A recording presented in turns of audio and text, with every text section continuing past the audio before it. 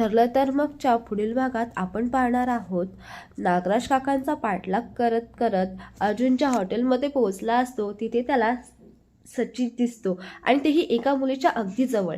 आता ती मुलगी साक्षीच आहे हे त्याला दिसत नाही हा मंडळी, कारण साक्षीची त्याच्याकडे पाठ असते. पण सचिनला एका मुलीच्या एवढं जवळ पाहून त्याला धक्काच बसतो. आता त्याला अस्मिताची काळजी वाटू लागते. दुसऱ्या दिवशी सगळेजण नाश्ता करत असताना अस्मिता त्याला बोलते, अर्जुनला माझी आठवण बिटवण येत होती की काय? तर प्रताप म्हणतात, खूप. तर अस्मिता म्हणते, म्हणजे आज खरंच सूर्य पश्चिमेला उगवलेला असणार, नाहीतर अर्जुनला सायली सोडून कोणी दिसतं का? तर अर्जुन लगेच सिरियस होतो आणि बोलतो की मी माझ्या बायकोला सोडून कधीच दुसऱ्या मुलीकडे पाहू शकत नाही आणि माझी फॅमिली माझी फर्स्ट प्रायोरिटी आहे. जर कोणी त्यांना दुखवण्याचा प्रयत्न केला तर मी त्याचा जीव घेईन. आता अर्जुनच्या अशा बोलण्याने सगळे थोडे विचारातच पडतात की अर्जुन असं का बोलतोय, काय झालं असेल.